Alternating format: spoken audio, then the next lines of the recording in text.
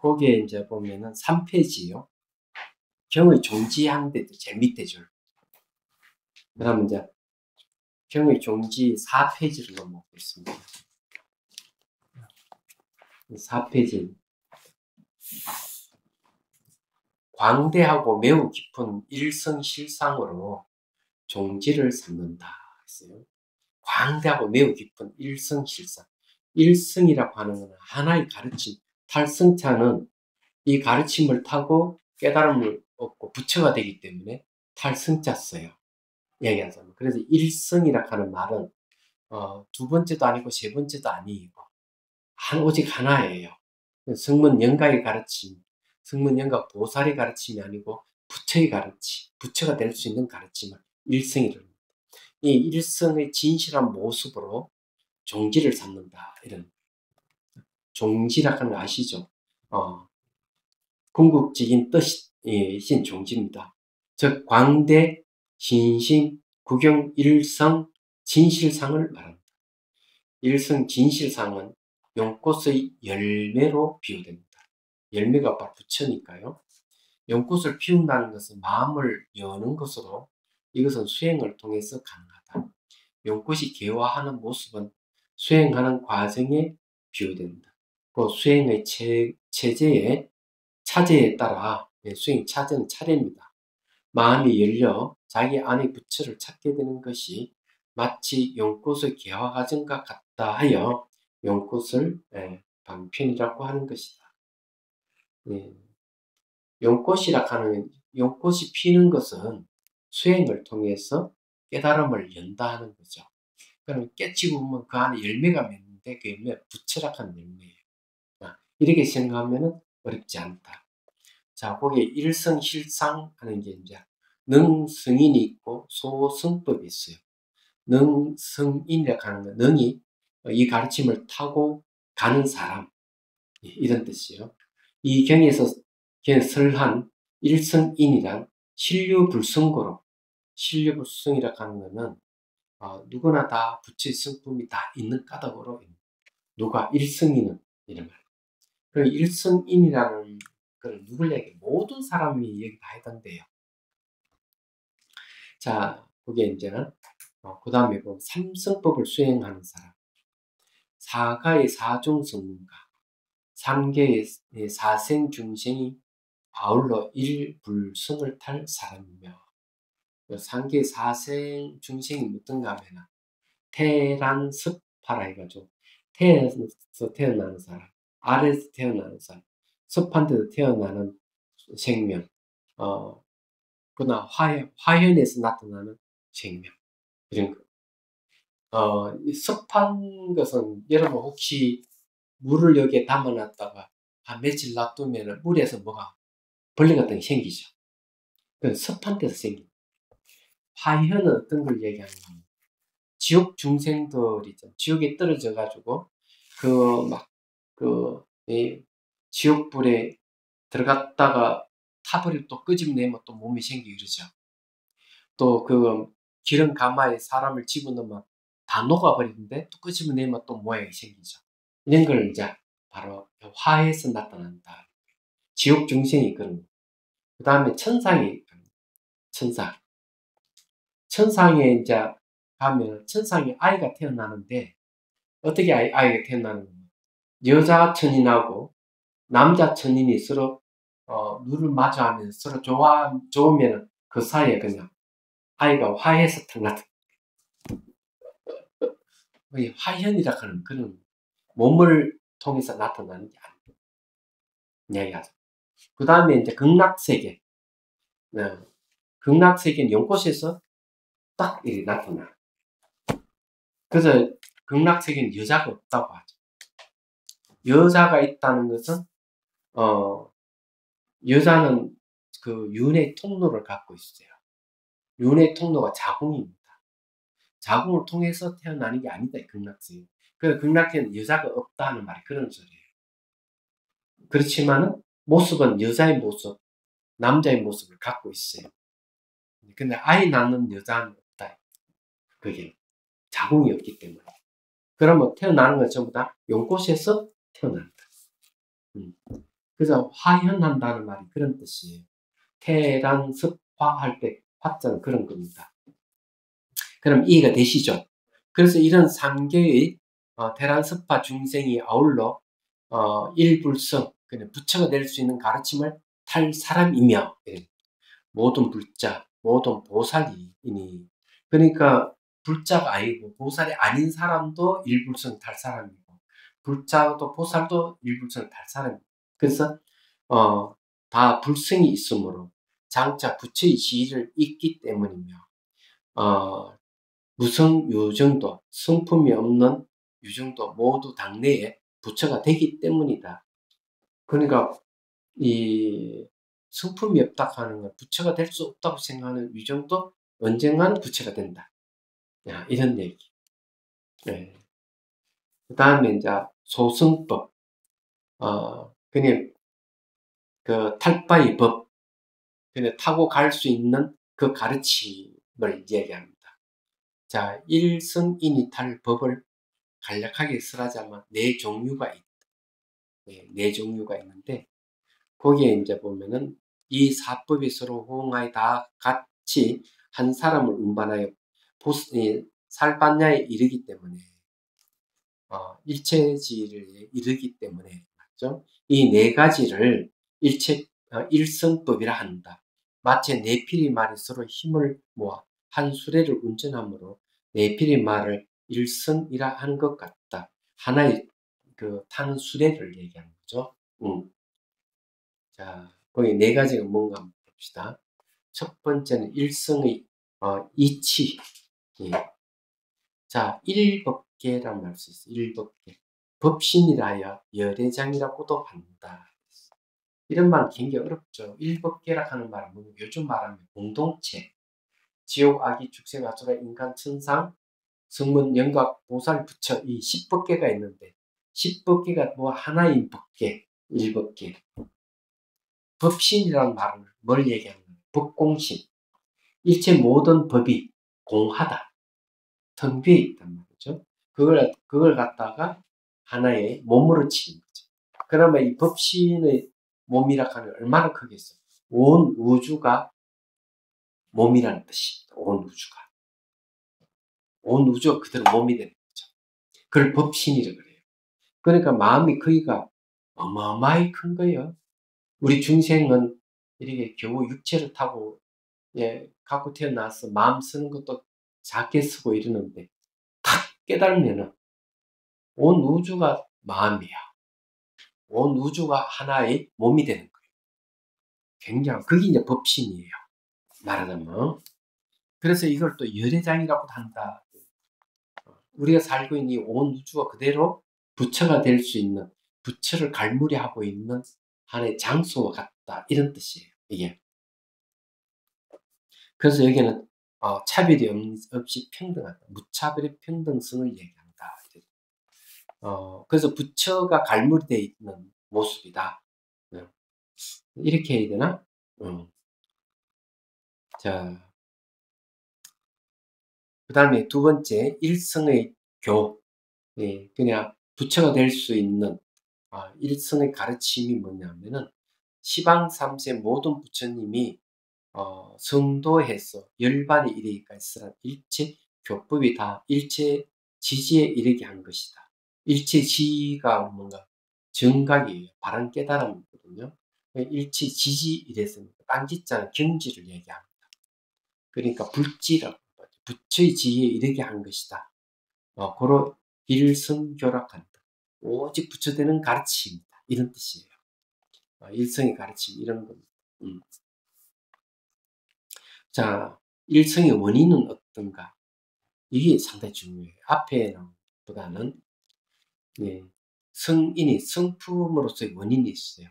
모든 중생이 지니고 있는 불성이 삼신과의 원인이 되기 때문에 삼신은 법신, 보신, 화신이라는 결과의 원인이 되기 때문이다. 네.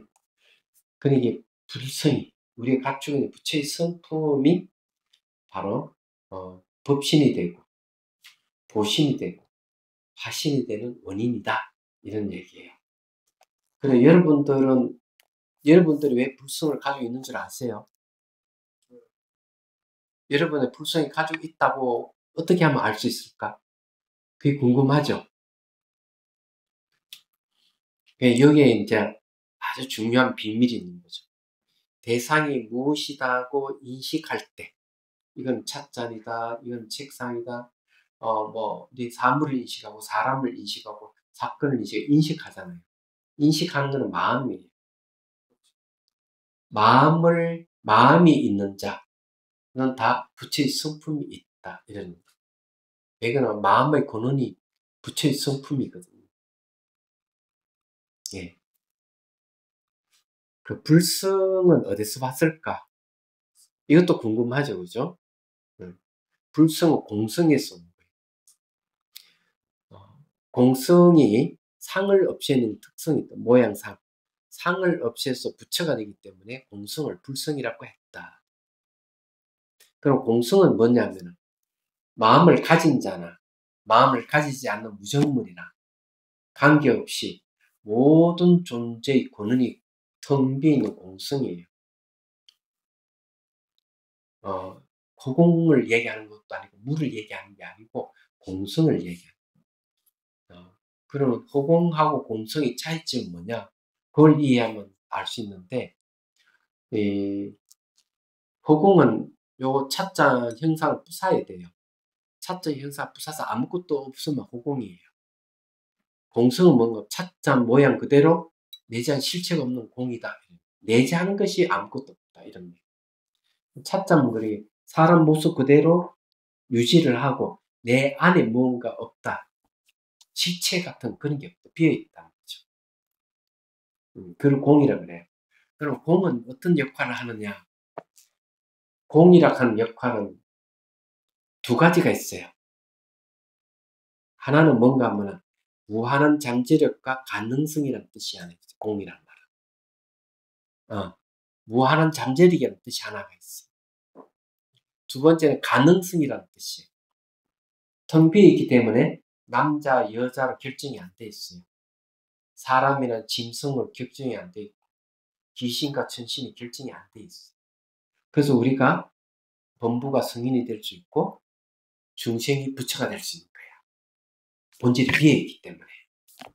그리고 그렇게 될 수 있는 게 이제 가능성이라고. 그래, 공성이라는 말은 가능성 이런 뜻이에요. 말하는. 그리고 그렇게 되는 것은 무한한 잠재력을 가지고 있다 이런 얘기. 그것이 현실화되는 거예요. 그게 이제 다른 말로 하면 공성이고 불성을 얘기합니다. 그런데 공성과 불성은 외연이 차이가 있어요. 불성은 마음을 가진 존재만 안에서 하는 거고 공성은 무정머리까지도 그 본질이 공이다 이래 보는 그런 차이, 외연의 크기 차이가 있다는 걸 말씀드려요. 그래서 여기에서 말하는 것은 불성을 가지고 있다 하는 건 마음을 가진 존재다. 우리는 마음이 있다 이런 얘기예요. 그것이 원인이 된다. 두 번째 작긴 원인을 짓는 것이 있어요. 성인이나 범부나 외도나 내도나 도분이나 덕분의 일체 성근이 다 같이 위 없는 깨달음에 이르게 하는 것이다.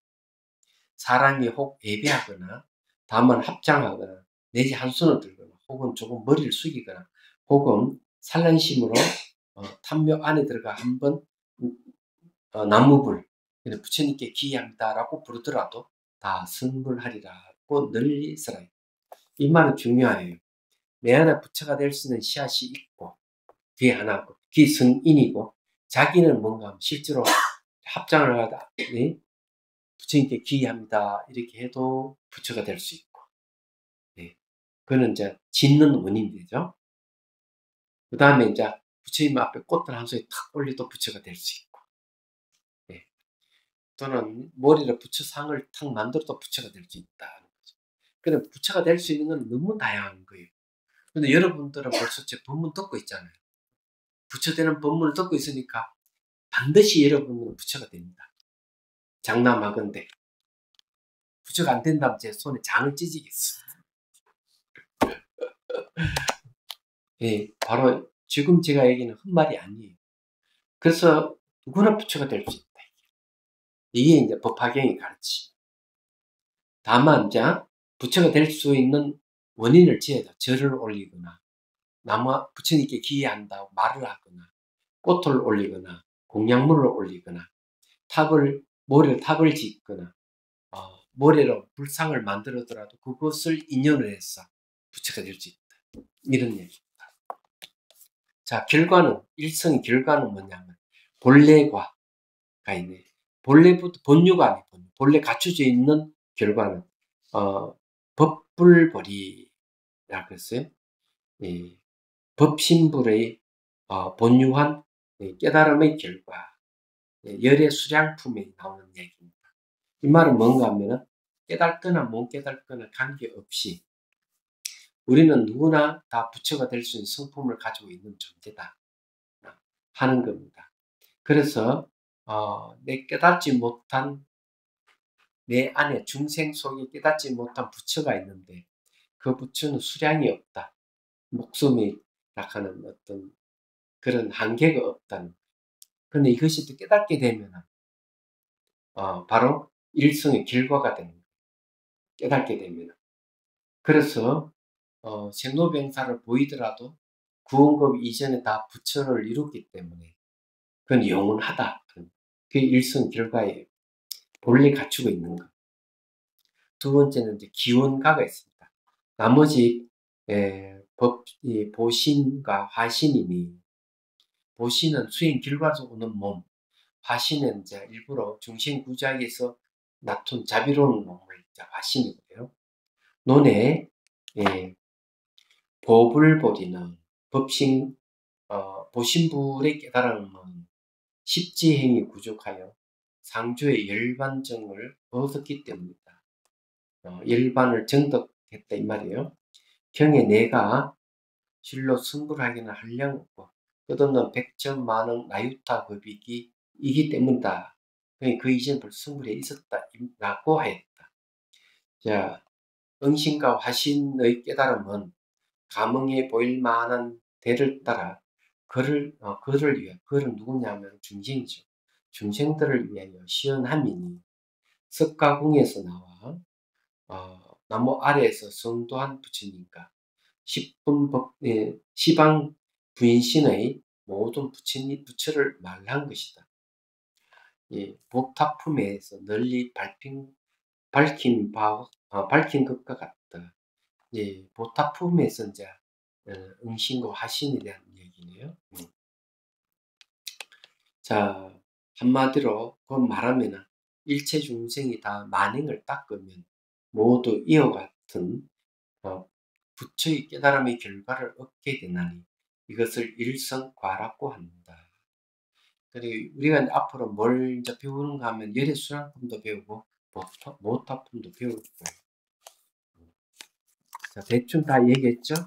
자, 오늘 요거는 이제 여기까지 보고 본문 보겠습니다. 자, 우리 이렇게 공부를 하면 법화경 이해하는 데 훨씬 좋을 거예요. 한자어에 있어서 좀 어렵죠, 그죠?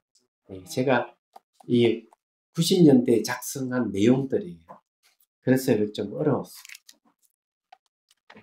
자, 78페이지 모범연화경입니다. 방편품을 계속 보고 있습니다. 자, 세 번째 줄부터 보겠습니다. 세간의 현명한 지도자이신 부처님께서 말씀하신 것처럼 저도 행하겠사옵니다. 저도 이 두렵고 흔들리는 세계에 사람들이 타락한 한가운데 출현한 것이옵니다. 사르부리여 이와 같이 알고 나는 그때 바라나시를 향해 갔다. 그리고 그곳에 선정이죠. 적정인 경지에 속하는 법을 5명의 비구에게 방편을 설하였다. 자, 이렇게 해서 나의 법륜이 움직였다. 이거는 바라나시를 향해 갔다는 말은 이제 부처님께서 가야에 지금 있는 마가다국이죠. 가야에 있는 마보디사에 있는 보리수 아래에서 깨달음 얻으셨어요. 깨달음 얻고 난 뒤에 이제 일반에 들려가다가 범천이 내려와가지고 부처님 간청을 하죠. 그래서 이제 마음을 돌이켜서 이제 중심구조한 마음을 일으키고, 그래서 이제 제일 먼저 눈에 들어오는 게 자기를 따르는 5명의 수행자가 생각나서 이제 바라나시로 가는 겁니다. 바라나시를 240km 되는 맨발로 걸어가서 5명의 수행자들을 위해서 법을 쓰는 거죠. 그래서 여기에서 5명의 비구에게 방편으로 설하였다 이렇게 하는 거죠.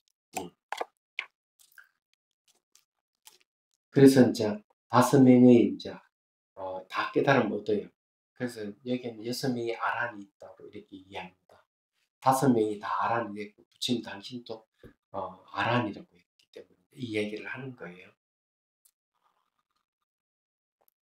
자, 이렇게 해서 나의 법륜이 움직였다. 즉 열반이라는 말도 이 세간에 있게 되었고, 열반은 생로병사가 없는 불멸의 세계가 열반입니다. 아란이라는 말도 마찬가지로 법이라는 말도 성탄이라는 말도 있게 되었다. 여기서 뭘 얘기하는 불법성삼부가 이제 일어났다. 부처님께서 법을 설했기 때문에 부처님 계시고 그 설한 법이 바로 여기 법이 되는 거죠. 성단은 이제 5명의 수행자가 되는 겁니다. 불법성삼부가 이제 갖춰졌다 이런 얘기예요. 오랫동안 나는 법을 설하였고 열반의 경지도 밝혔어. 이것이야말로 생사윤회와 괴로움의 끝이라고 언제나 설하였다. 그리고 그때 사리부리여, 나는 인간의 최고자의 아들인 보살들을 보았다. 그들은 이미 가장 뛰어난 최고의 깨달음을 향하여 뜻을 굳혔으면 그 수는 수천만 넉이나 되었다. 야, 인간 최고자의 아들이 누구냐? 보살이에요. 그러면 아버지는 누군가? 부처님이에요. 예, 부처님 당신의 제자를 아들이라고 이렇게 얘기를 했습니다. 근데 만일에 이제 요즘 세상에 부처님이 출연하셨다면은 아들이라는 말을 안 썼을 가능성이 많아요. 옛날에는 부처님 당신만 하더라 대를 잇는 게 아들이었기 때문에 사회적 간섭으로 아들이라는 말을 했던 거예요. 그래서 이게 묘음연화경이 신약 성서의 모체가 된 경이라고 하는 말이 그랬어요. 하나님의 아들 예수를 얘기를 하잖아요. 대개 이 법화경에서 가져가서 아들이라는 말을 쓴 겁니다.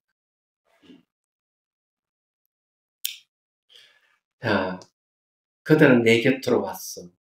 모두가 존경심을 가지고 합장했다.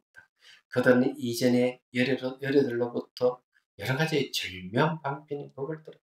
그 순간 나는 다음과 같은 생각을 돌렸다. 최고의 법을 설할 때가 되었다. 그것을 위해 나는 이 세상에 태어났다.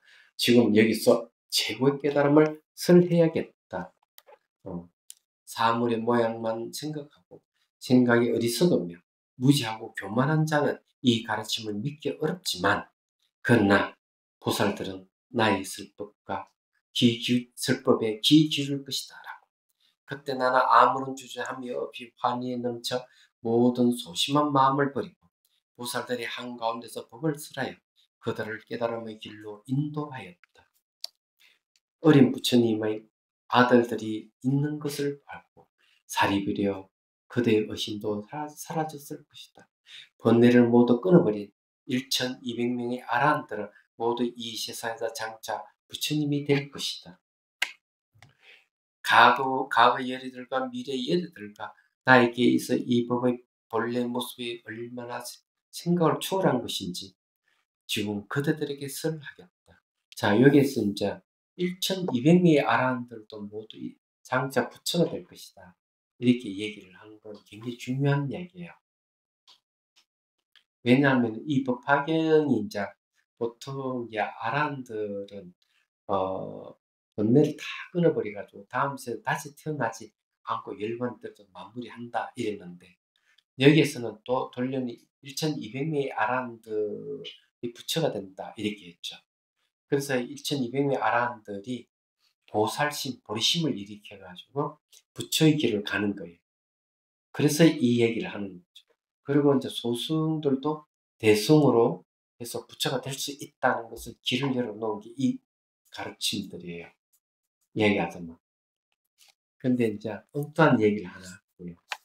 강원도인지 어딘지 무슨 절에는 뭐 자기는 전생에 뭐 가스그 후신이니 뭐 이런 절이 있었어요.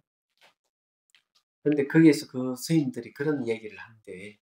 절 앞에 개가 한 마리 있으니까 그 개를 보고 저 개는 전생에 아란이었는데 지금 개가 되어서 저렇게 있다. 이렇게 얘기를 했다는 거예요. 무식한 소리죠. 아란은 후생을 받지 않아요. 근데 개가 될 이유가 없죠. 생각해 보시면. 그냥 아주 무식한 사람들이야.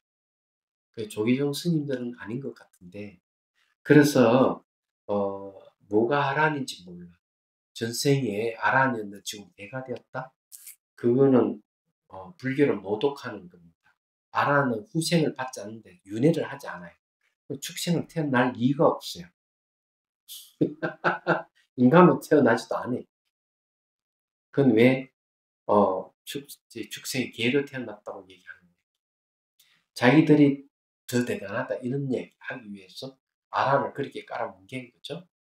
그래서 그 사람들은 함부로 말을 했기 때문에 가보가 있습니다. 저는 그렇게 봐요.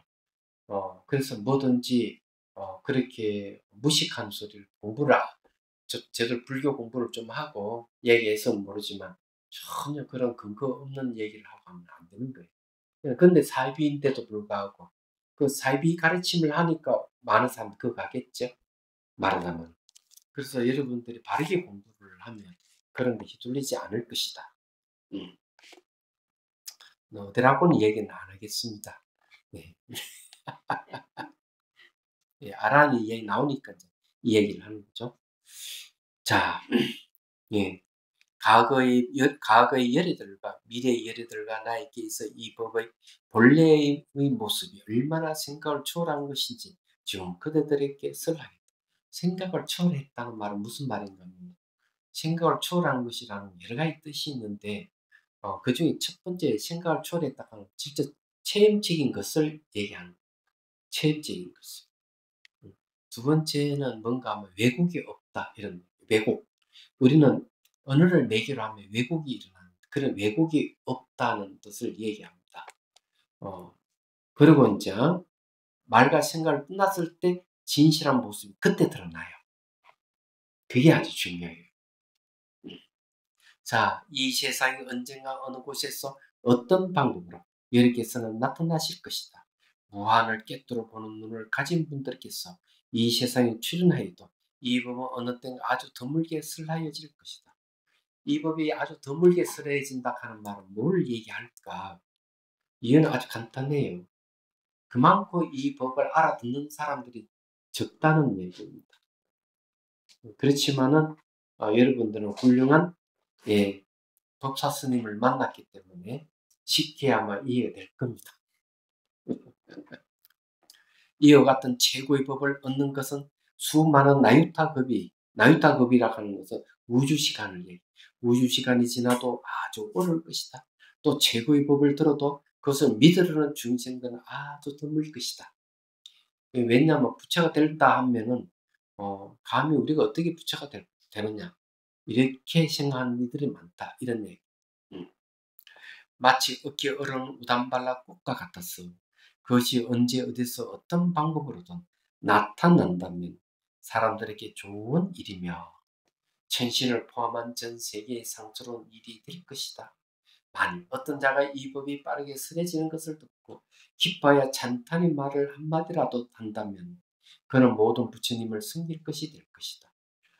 이는 우다발라 꽃 이상으로 상스러운 일이 될 것이다.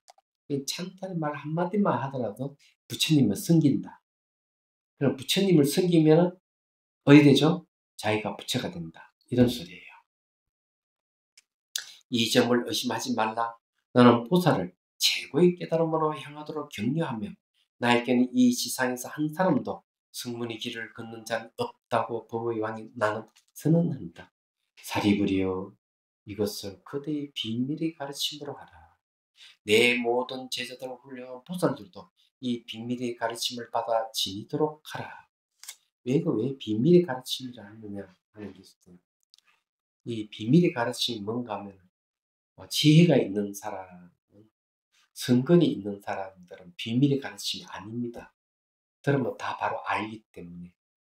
그런데 무지한 사람들, 이런 분들은 이 비밀의 가르침입니다. 파고 파도 비밀스러워. 그렇지만 지혜가 있는 사람은 비밀의 가르침이 아니다. 제가 이렇게 여러분들께 말씀드리고 싶어요. 예. 5가지 탁한 시대의 중생들은 열등하고 악에 찬 자이며 애욕의 눈물과 어리석은 생각밖에 하지 않으며 깨닫고자 하는 마음이 전혀 없는 자들이기 때문이다. 그래서 이게 오탁악세의 중생들에게는 이 비밀의 가르침이에요. 그네들은 악에 차 있고 열등하고 애욕의 눈이 멀어 있다. 이게 어리석은 생각밖에 하지를 못하기 때문에 이 붓다의 가르침, 누구나 부처가 될 수 있다 하는 이 가르침에 대해서는 깜깜한 거죠. 그래서 그런 자들은 전혀 깨닫고자 하는 마음이 없다 이거요. 단지 하나의 나의 탈 것을 부처가 되는 가르침 말이죠. 과거의 여리께서도 설했다는 말을 듣고도 미래의 중생들의 것을 믿지 않고 혼란스러워 이 경을 비방하면 지옥에 떨어지게 될 것이다. 왜 그럼 이 경을 비방하면 지옥에 떨어진지 아십니까? 신자에 나타나도 이 부파의 가르침 부정이지. 너 지옥에 떨어져. 지금 이럴 건가요? 그런 건 아니에요. 이 경을 비방한다 하는 말은 뭘 얘기하는 거예요? 수많은 사람들이 마음을 가진 모든 중생들 다 부처가 될 수 있다. 부처가 된다 하는 건 부처와 중생이 평등하다는 평등에서 하나의 성품이에요. 그래서 불평등에서 다 벗어날 수 있다는 거죠. 굉장히 가르침이죠. 이 불평등이라고 하는 게 전 세계의 가장 핫한 이슈예요. 이런 불평등이라고 하는 말. 그래서 남미 사람들이 끝없이 미국으로 이민 가려고 하는 그거 같아요. 불평등 해소하기 위해서.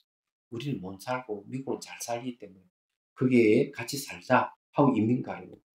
아프리카 사람이나 중동 사람들이 유럽으로 끝없이 가는 이유가 바로 불평등 때문에 평등해지고 싶어서 가는. 그리고 이제 얼마 전에 뉴스를 보니까 사우디아라비아 18살 묵은 결혼한 유부녀죠. 탈출해가 한국에 온 얘기를 하는 얘기. 탈출의 말 왜 쓰느냐? 거기는 이슬람교에는 여자는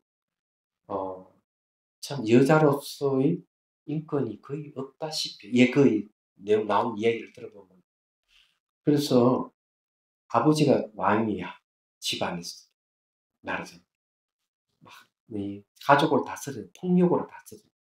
근데 딸의 입장에서는 특히 딸은 안 되는 거야.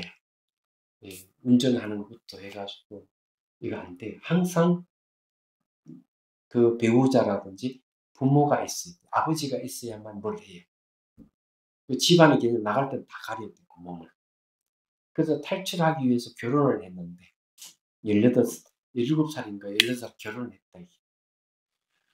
결혼을 했는데 역시 마찬가지.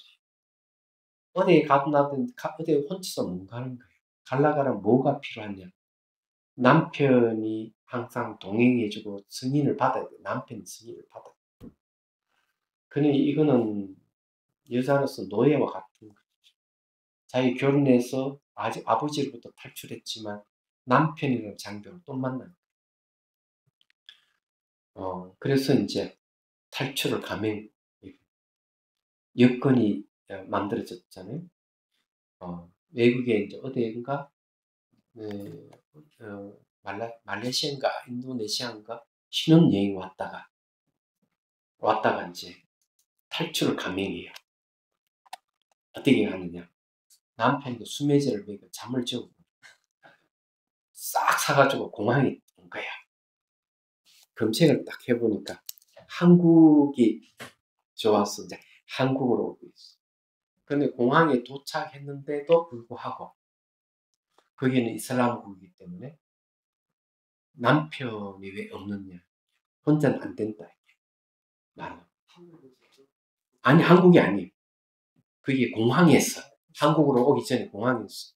왜냐, 그쪽 이슬람국이기 때문에 종류가 안 된다.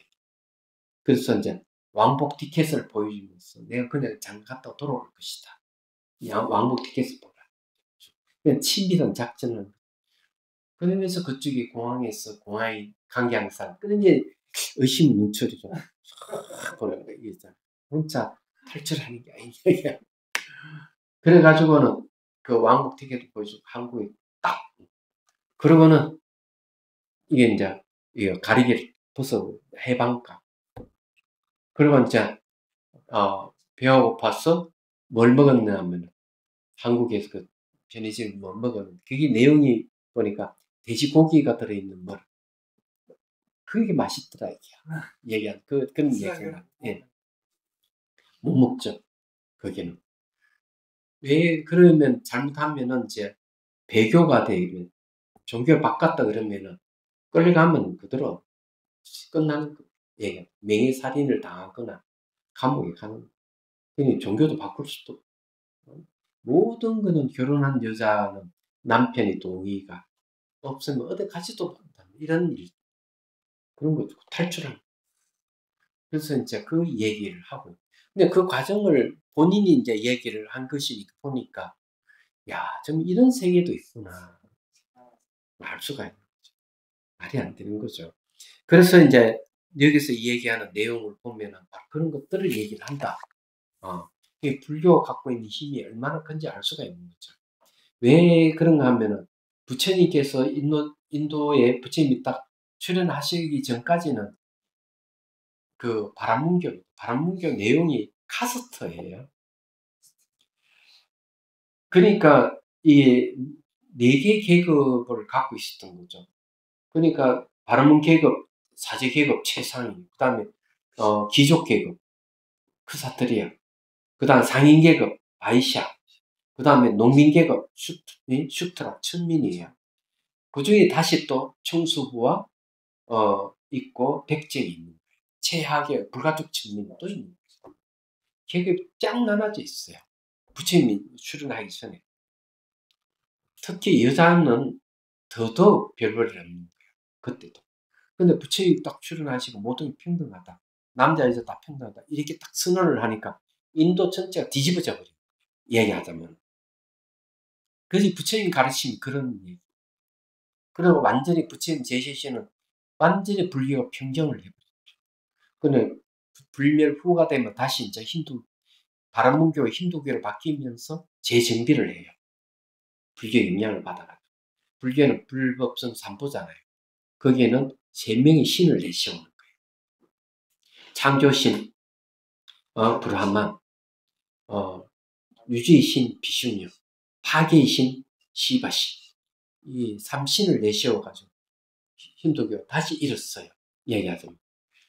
이제 그렇게 되는 거죠. 그다음 이제 7세기 무렵 되면은 이제 불교가 서서히 인도에서 사라지기 시작해요. 이슬람 때문에. 이슬람이 다시 이제 인도로 침입해가지고 막 약탈을 장행할 때 불교가 굉장히 많이 시달리는 성원이 이제 파괴되고 성녀들이 죽고. 그럼 힌두교는 쳐들어오니까 쏙쏙 싹 갈아입고 싹 변신해버리니까 아무 문제가 없는데. 왜냐면 근데는 출가자라 하다가 다시 집이 돌아갈 수 있어요. 예. 근데 출가자는 불교 성녀는 독신이잖아요. 그러니까 이슬람 이 군대들이 쳐들어왔을 때 이 승려들이 머리 까고 빨간 옷을 입으니까 군대로 착각했을 가능성이 있다. 이렇게 또 얘기를 해요. 그렇지만 한두 번이죠, 그게. 네. 그러니까 스님들이 무자비로 승려를 죽이고 사원을 불태우고 없애고 이런 거예요. 그게 이제 이슬람 교도들이 한 행동이죠. 그래서 이제 그 부타가에는 어떻게 이 불탑을 어떻게 했느냐. 전부 흙을 그러니까 파괴하지 못하도록 덮어 씌워버린 거예요, 전부 다. 그쪽에. 그래서 그 유일하게 그게 파괴 안 되고 남은. 그러고는 이제 나중에 그런 일이 이제 이슬람의 약탈 행위라든지 침략 행위가 없을 때 지금 이제 이 불탑이 다시 이제 걷어내. 그게 이제 처음에 힌두교 사후로 딱 오인해가지고 힌두교의 이제 승려들이라든지 신자들이 경배를 드리고 있으면 나중에 이제 불탑으로 밝혀진 거지. 그럼 지금 누가 그걸 경배를 했느냐 하면 놀랍게도 미얀마 사람들이 가가지고 거기에 경비도 쓰고 그렇게 한 거예요. 그 다음에 스장가 어느 스님이 한라 스님인가 그걸 다 소송을 걸고 이렇게 해가지고 힌두교 불교로 다시 가져오게 돼. 그래서 성지가 됐어요. 그게. 근데 그런 게 전부 다 그렇게 있는 거예요. 그래서 이제 얘기하자면 불교의 가르침이 굉장히 그럼 지금 인도는 어떤가 하는 거죠. 제가 몇 년 전에 인도에 갔을 때 그러니까 인도 실크로드 사장이 있어요. 예, 얘기하자면 그 동생이 가이드, 이 동생이 IT 그 회사에 다니다가 가끔씩 아르바이터로 형님이 이제 사장으로 있으니 인도 시콜도 사장이니까 가이드를 했어요. 그러니 그다가 이제 동생도 와서 이제 이 가이드를 하면서 IT 회사 다니는 것보다 가이드 하는 게 더 재밌거든. 직업을 바꿨어요. 네. 그래서 뭘 얘기하는가 하면 제가 물어봤어요. 인도에서의 불교는 어떻게 생각하고 있습니까? 이렇게 얘기해요. 힌두교는 어렵다. 힌두교는 어렵다. 불교는 쉽고 과학적이다. 이렇게 얘기를 해요. 인도 사람들 그렇게 받아들이고 있다. 불교는. 그래서 힌두교는 왜 그러냐. 요런 흔들 딸랑딸랑 요런 흔들면 신자들이 다 갖다 바치고 이렇다 이렇게. 예, 알지도 못한 중문을 계속 외우고 재무를 갖다 바치고 이러니 그렇게 살아간다. 힌두. 불교는 그렇지 않다. 이렇게. 그래서 이제 지금 많은 사람들이 불교에 다시 이제 기의를 하게 되고 이렇다고 얘기를 하는데 그러면 13세기 무렵에 불교가 사라져 버려요. 인도에서. 어디로 가버린가 하면 전부 다 티베트로 가버려요. 그래서 내가 또 물어봤죠. 그럼 그 사이에 그러면은 불교가 사라졌을 때 불교 신자는 어디 있었느냐? 예, 얘기를. 그러니까 힌두교 속에 있었다. 힌두교 속에 불자들이 섞여 있었다는 거죠. 그러니까 힌두교 신자로서 살아가는 거죠. 그래서 다시 이제 달라이 라마 스님이 인도를 망명을 하면서 이제 불자들이 이제 다시 생기기 시작한 거죠. 나라당 말.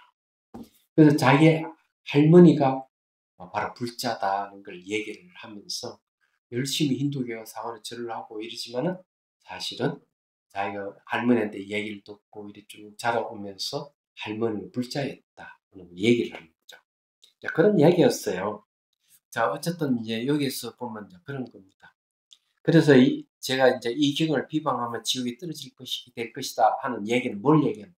이 가르침을 두고 누군가 부처가 되어 다 평등하다 하는 가르침을 얻는데 이걸 비방하고 못하게 막고 이러는 것은 많은 사람들의 예, 인권을 요즘 말하는 많은 사람의 인권을 파괴하는 것이죠. 평등해질 수 있는 자유를 빼앗는 것이죠. 그건 나쁜 짓 한 거잖아. 그러니 결국 지옥에 갈 수밖에 있겠어. 그래서 경제를 비방했으니까 뭐 불교의 수호신이 그렇게 하는 게 아니고 지가 누구나 부처가 될 수 있는 것을 막았기 때문에 그 값으로 지가 지옥에 간다. 이런 소리입니다. 네, 잘 이해를 하셔야 돼요. 그러나 스스로 부끄러움을 알고 증하하며 이미 가장 훌륭한 최고의 가르침을 지향하는 중생들도 있을 것이다. 나는 두려움 없이 슬퍼하는 자로서 그들에게 일성을 쓰라고 무한히 칭찬할 것이다. 열의 이와 같은 슬픔은 가장 뛰어난 절묘한 방편이며 깊은 의미가 담긴 많은 말씀으로서 쓰랬어. 학문이 깊지 못한 이는 이해하기 어렵다. 자, 이 말을 학문이 깊지 못한 이는 이해하기 어렵다 하는 말을 왜 하는가 하면 이 부다의 가르침은 학식이 있는 사람들, 요즘은 지식인들이 더 알기 쉽고 배우지 못한 사람 좀 이해하기 어렵다. 이렇게 얘기를 하는 거죠. 예. 그러므로 그대들은 세간의 스승이시며 참다한 사람인 부처님들의 깊은 의미가 담긴 말씀을 알아 의심을 버린다면 부처님이 될 것이다. 그것을 기뻐하여라. 자, 비유품 들어가겠습니다. 여러분들은 이제 제가 보기에는 이 굉장히 이해하기가 쉬울 것이라고 보거든요. 여러분들은 지식인이라서 많이 배운 분이라서 아무 걱정 없을 것이다 이런 생각합니다.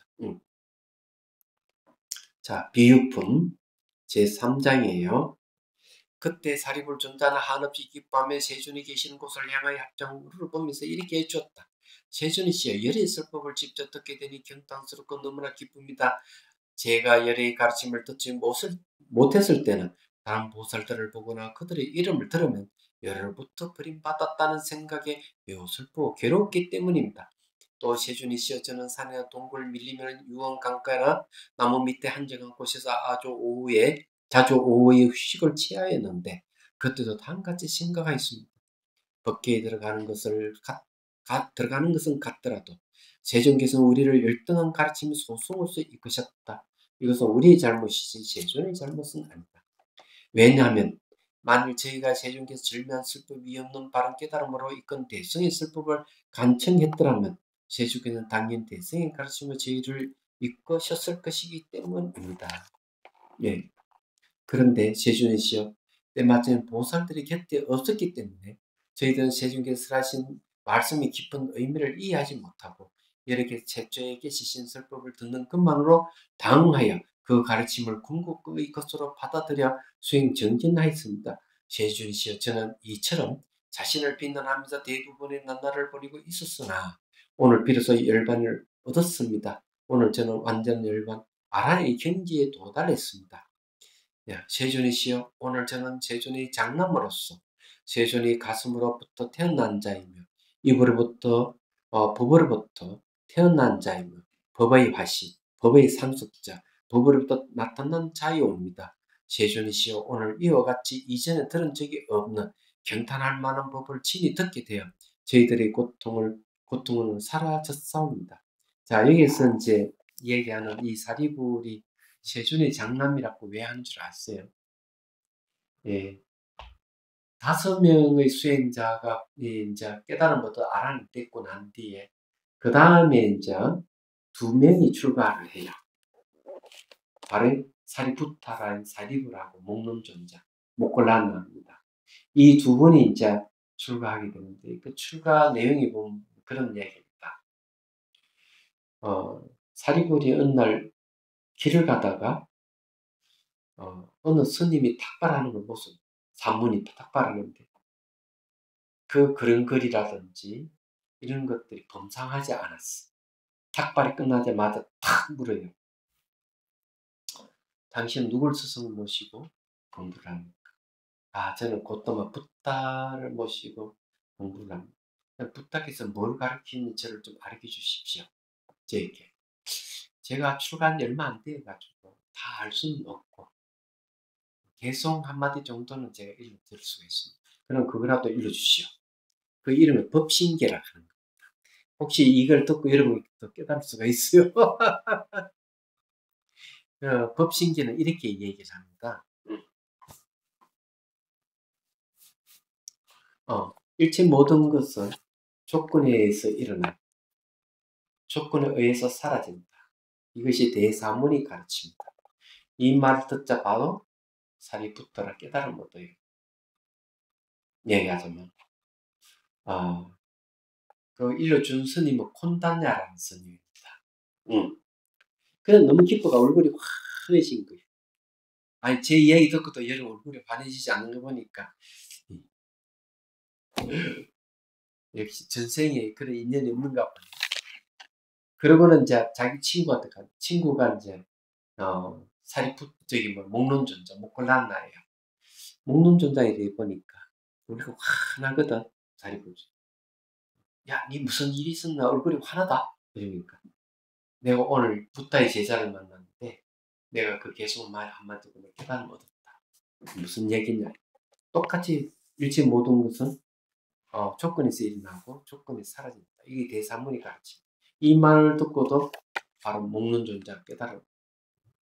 그러고는 이제 자기 산자야락하는 외도, 육사 외도 중에 한 사람, 배론자에게 찾아가서 이제 이 세상에 부처님 출연하셨습니다. 스승님 가시죠. 이랬는데 몸가기. 그래서 이 사리부라고 먹는 존자는 그럼 저희들은 가겠습니다. 하고는 이제 부처님께 기의하죠. 2명의 이 수행자에게 각 100명씩 따라갔어요. 200명이 부처님께 기의하게 되죠. 그래서 상수 제자가 됩니다. 그래서 사리부라고 먹는 존자 부처님 상수 제자예요. 그래서 장남이란 말을 쓰는 겁니다. 그럼 이해하시죠? 그 다음에 이제 여기 가슴으로부터 태어난 자, 입으로부터 태어난 자, 법으로부터 태어난 자, 그 다음에 법의 화시, 법의 상속자, 법으로 나타난 자. 이 말은 초기경전에도 나옵니다. 이거는 무슨 얘기냐, 이런 얘기예요. 그게 이제 항상 부처님께 법을 쓰라면은 2명의 바람문이 멀리 앉아서 법문 듣다 가고 법문 듣다 가는 거예요. 어느 날 부처님 2사람 법회 끝나고 부르면서 너희들은 바람문으로서 크사트리아이 나에게 법문 듣는 것을 다른 바람문들이 알면 비난을 받을까 싶었어. 멀리 듣고 가는 것이 아니다. 그러니까 바람문들이 부처님 법문 듣고 싶어도 다른 바람문들이 비난할까 싶어 가까이 법문 못 듣는 거예요. 그럴 때 부처님 하시는 말씀이 바로 법을 믿는 자는 바로 부처와 똑같다. 이렇게 얘기하면서 법문을 듣는 자는 부처의 입에서 태어난 자, 법의 상속자다. 이렇게 얘기해요. 그런 입으로부터 태어난 자, 그런 법의 상속자, 입에서 태어난 자, 부처와 똑같다. 이렇게 얘기를 해줍니다. 대단하죠. 그리고 이 2사람이 이제 기의를 하는 얘기가 초기경전에 나옵니다. 자, 그때 사리부는 세존께 단과 같은 개성을 올렸다. 위대한 지도자이시여. 훌륭한 말씀을 듣고 저는 매우 기뻐했습니다. 이제는 아무런 의문도 없습니다. 저는 최고의 탈것인 대승 속에서 성숙하였습니다. 여리 말씀은 경탄할 만큼 훌륭한 것으로 중생들의 의욕과 근심은 끊어졌습니다. 번뇌가 다한 저도 그 말씀으로 근심이 모두 없어졌습니다. 이전에 저는 오후의 휴식 때 밀림이나 이온 나무 아래를 산책하면서 또 산속의 동굴에 앉았어 이런 걱정에 잠기곤 했습니다. 나는 사악한 마음으로 스스로 속이고 있다. 비록 번뇌와 더름이 없는 가르침 속에 있지만 장래 상계의 최고의 가르침을 설하지 못할 것이다. 부처님께서는 갖추신 30 이상은 나에게서 사라지고 황금색 피부도 색이 바랬고 부처님의 10가지 힘이나 해탈 등 모든 게 나에게는 없다. 같은 가르침 속에 있으면서 얼마나 어리석던가. 위대한 현재에서 부처님께서 갖추신 가장 훌륭한 80종이나 18가지 특이한 성질은 그 모두를 잃어버렸다. 나는 잘못된 길에 흘러있다. 자, 이 얘기가 상당히 중요한 얘기. 사리부는 뭘 알게 되는가? 자기가 깨달음을 얻어서 알아내라고 하지만 부처님과 딱 비교를 해보면은 너무나 다른 거야. 부처님이 30 이상 80종으로 가지고 외모도 다를 뿐만 아니라 부처님이 가지고 있는 능력은 자기는 없는 거야. 이렇게 비교가 되기 때문에 뭘냐면 내가 아직까지 가르침을 다 들어주면 최고의 가르침을 따로 뭐가 있지 않을까 하는 걸 있는 거죠. 부처님 같이. 그렇게 생각될 수밖에 없는 거예요. 그러다가 부처님께서 이제 산매에 들어가지고 빛을 사방에 비추고 그 다음에 이제 부처가 될 수 있는 가르침을 설하겠다 딱 하니까 500명이 되는 비구 비구니 우바시 우바이들이 우리는 다 깨달았는데 뭘 또 설할 것이냐 가버렸단 말이에요. 그런데 이제 사리불존자가 이제 부처님께 이제 질문을 드리고, 그래서 가르침을 달아나니까 얘기를 하는 거, 최고의 가르침이 따로 내가 그거 가르쳐 주겠다 하면 가르친 내용이 뭐냐, 이때가 너희들이 설했는 거는 성문 영각의 가르침은 방편이 지나지 않는, 진짜 아니야. 부처되는 가르침은 따로 있는 거야. 이걸 얘기를 해준 거예요. 그러니까 이제 사리불존자가 가슴이 뻥 뚫리니 시원해지고, 아, 역시 따로 있었구나. 안 그래도 자기도 깨달았다 했는데 부처님과 비교해보면 택도 없이 차이가 나는데 왜 그럴까 했는데 바로 이런 대성의 가르침이 따로 있었다 하는 걸 알게 된 것이죠. 여기 이제 하나 이제 의문이 생길 겁니다.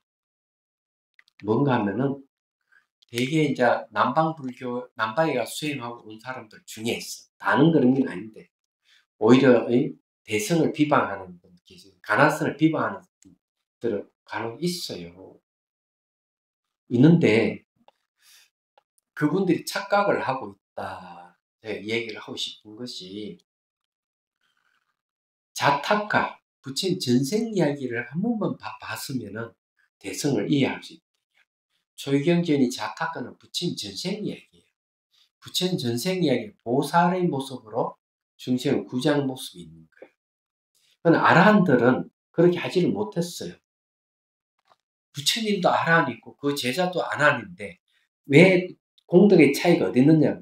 서가모니 부처님은 전생부터 중생을 구제해 와서 해 오시고, 부처님 가르침 듣고 아라한 된 이는 전생에 중생 구제하는 행적이 하나도 없어요. 공덕의 차이가 엄청나게 차이가 나는 거죠. 그럼 대성의 가르침은 어디서 출발하는가 하면 전생에 중생 구제한 자타카에서 대성이 출발한다고 보면 틀림없어요. 대성의 이 기원 중에 하나가 그게. 그래서 대성은 초기 불교의 확장판이에요. 이야기하자면. 그래서 이제 그러면 초기 불교의 확장판의 대성이라고 이해했으면은 비방할 이유가 없죠. 그런데 이제 남방에 가가지고 좀 살다 오신 분이나 이런 분들이 간혹 대성을 비방하는데 그런 분들은 공부를 좀 더 해야 된다. 사실 달라이 라마 스님 말씀대로 시대가 계속 바뀌어가기 때문에 가르침의 교리도 점점점 발전해 갈 수밖에 없다. 그러니까 근본 가르침이 바뀌지 않는다. 이런 걸 빨리 이해를 못 한다는 거죠. 예. 근데 이 사리불도 자기도 그걸 알았던 거예요. 예, 서가모니 부처님과 자기 비교를 해가 뭐가 다르다 하는 걸 알았던 거예요. 세간의 행복을 위해 자비를 베푸는 당신을 뵙고는 홀로 오후의 휴식을 하기 위해 그러면서 나는 장이 없는 불가사인 지혜로부터 멀리 떠나 있다라고 부처님과 비교하니까 그렇다는 거지. 세존의 저는 이렇게 생각하면서 낮과 밤의 대부분을 보냈습니다. 아무튼 세존께 여쭙고 싶사옵니다. 저는 바른 길로부터 벗어난 것이옵니까? 그렇지 않는 것이옵니까? 라고. 승리자인 왕이시여, 저는 이처럼 밤낮으로 고민하며 시간을 보냈습니다. 이리 고민하는 것은 세간의 지도자이신 당신께서 더 다른 많은 보살들을 칭찬하시는 것을 보았기 때문이오며, 또 승리자이신 부처님께서는 깨달은 자리에서 번뇌에 물들지 않는 사유를 초월하는 미묘한 지혜를 얻으신 뒤 그 지혜로 깊은 의미가 담긴 가르침 방편을 설하신다고 들었기 때문이옵니다. 방편을 설했다면 실질적인 세상의 가르침 따로 있지 않습니까? 이렇게 이런 것이죠. 속내는 이전에 저는 잘못된 견해에 집착한 외도로부터 존경받는 유행자였습니다. 그때 부처님께서는 제가 원하는 바를 아시고 잘못된 견해로부터 떨치기 위해 열반에 대해 말씀해 주시사옵니다. 저는 잘못된 견해에서 벗어나 존재는 모두 공하다는 것을 깨달았으므로 난 열반했다고 생각하였습니다. 그러나 그것은 참된 열반이라고는 할 수 없는 것이었습니다. 최고의 인간인 부처님이 되어 인간 전시에 야차를 거둬 충상받고 수왕받고 30 이상을 갖추게 되었을 때 비로소 완전히 열반한 것이옵니다. 이때 이제 완전한 열반은 무주처 열반입니다. 무주처, 주처가 없는 열반이라는 말은 뭔가 하면은, 주처가 없다 하는 것은 머물지 않는다는 거죠. 두 가지에 머물지 않아요. 첫째는 생사에 머물지 않아요. 생사에 머물지 않기 때문에 생멸하는 일이 없다, 영원하다는 거예요. 두 번째, 열반에 머물지 않아요. 열반에 머물지 않기 때문에 중생을 구제하는 마음이 연민심 때문에 열반에 머물지 않아요. 그래서 생사에 머물지 않고 열반에 머물지 않는 열반이 무주처 열반이에요. 그래서 늘 중생을 구제하면서 마음은 늘 고요한 열반에 머물러 있는 거예요. 이 바로 부처님이다. 그래서 현재 지금 이 사리불존자가 그 바로 무주처 열반이 진짜 열반이다. 이렇게 얘기를 하는 겁니다. 자, 부처님이 말씀을 듣고 쓸데없는 생각이 모두 사라져. 오늘 저는 열반을 얻을 수 있었습니다. 천신들을 포함한 전 세계 앞에서 최고의 깨달음을 얻을 것이라고 수기하여 주셨을 때이옵니다. 그러나 처음 말씀을 들었을 때 저는 큰 두려움을 느꼈습니다. 악마가 부처님 모습으로 변하여 나를 어지럽게 한 것이 아닌가 하고, 그런데 여러 가지 원인과 까닭이 쓰러지고 또 수많은 나유타의 비유로서 훌륭하신 부처님 깨달음을 보았을 때 그 가르침 듣고 저는 의심이 없어졌습니다. 완전한 열반에 드신 수많은 과거 부처님께서 절명방편으로 같은 법을 선하시는 모습을 찬탄하였을 때, 또 미래의 많은 부처님들과 현재 이 세상에 계시는 부처님들께서 최고의 진리를 보이시고 수백의 방편으로 장대법을 설하실 것이며 또 지금 설하고 계신 것을 찬탄하실 때, 또 당신께 출가하셔서 어떻게 수행하셨으면 어떤 법륜을 깨달았었으면 어떻게 슬퍼해야 하는 걸 말씀하셨을 때, 그것을 듣고 저는 그때 이분은 악마가 아니다.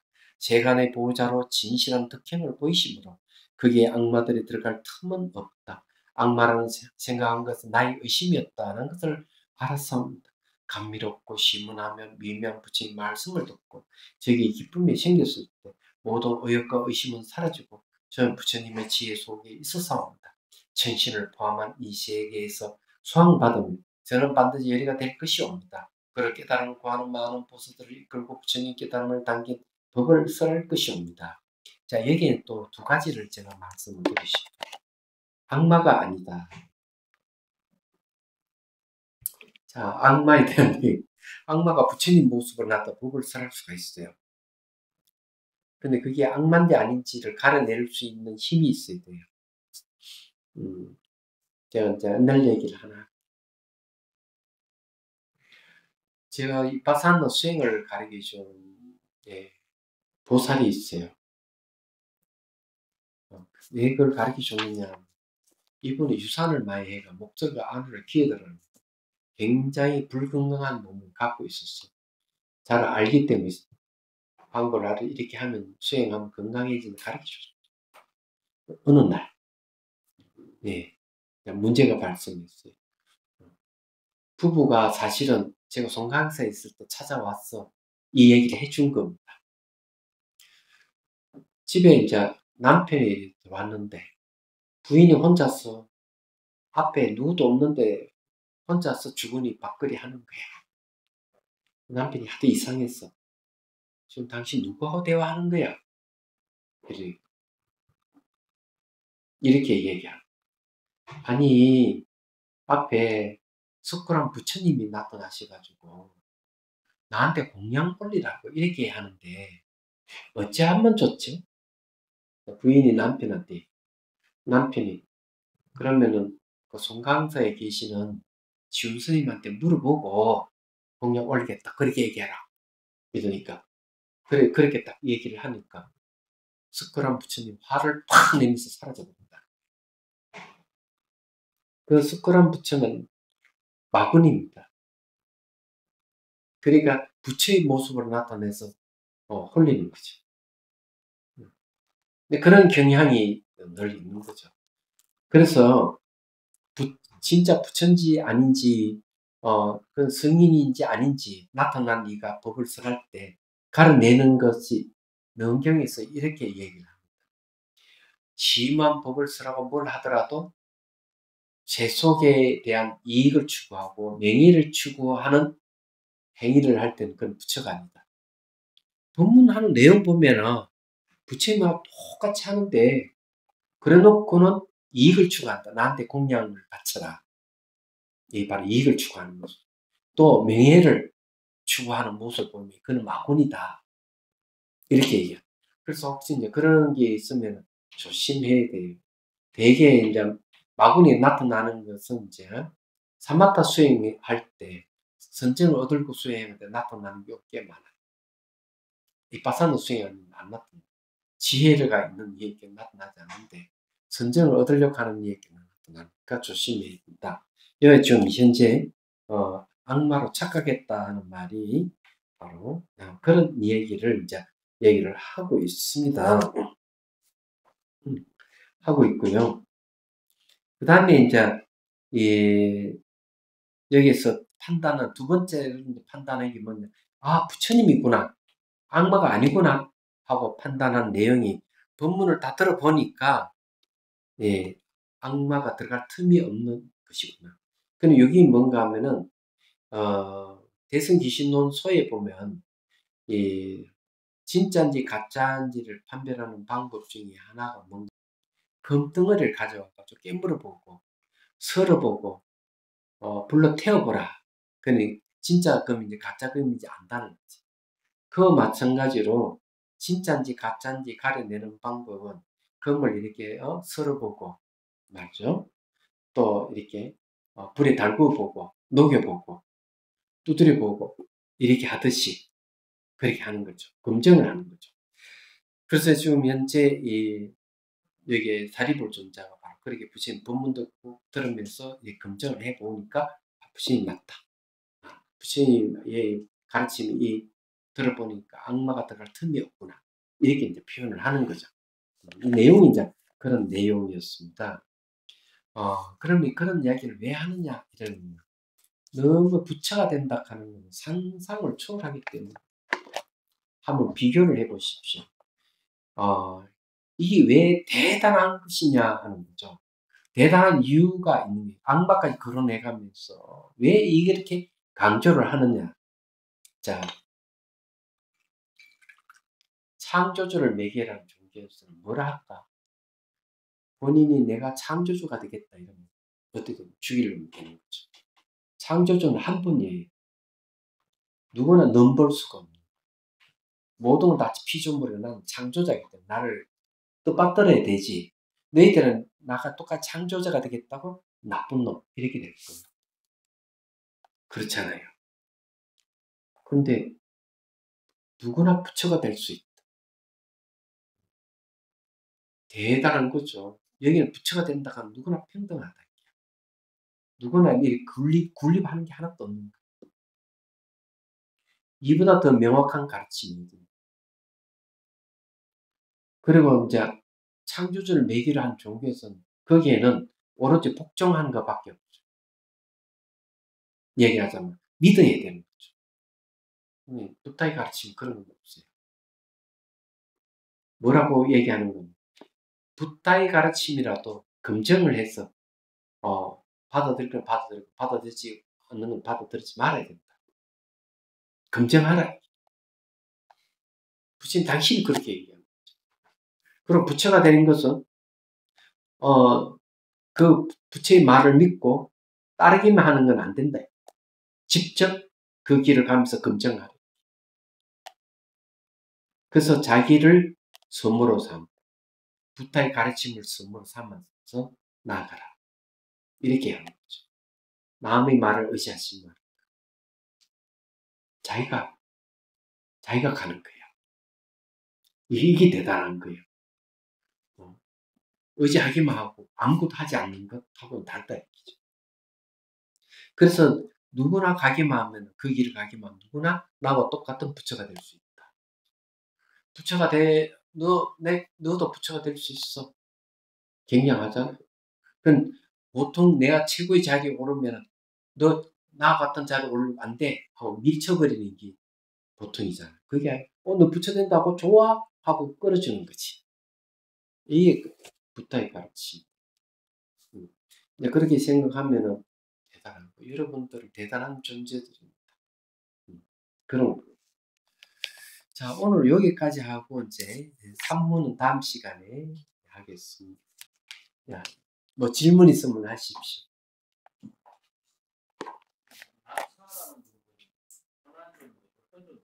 악마? 어? 야차. 뭐? 야차. 야차? 야차는 귀신이 종류입니다. 야차는 사람을 잡아먹기도 하고 아주 그것도 보통 악한 것이 아니에요. 근데 이런 야차도 결국 부처님 가르침을 통해 가지고 그 불자가 되는 얘기가 나오죠. 그 중에 야차 중에서 가장 유명한 거는 아이들을 잡아먹는 야차가 있죠.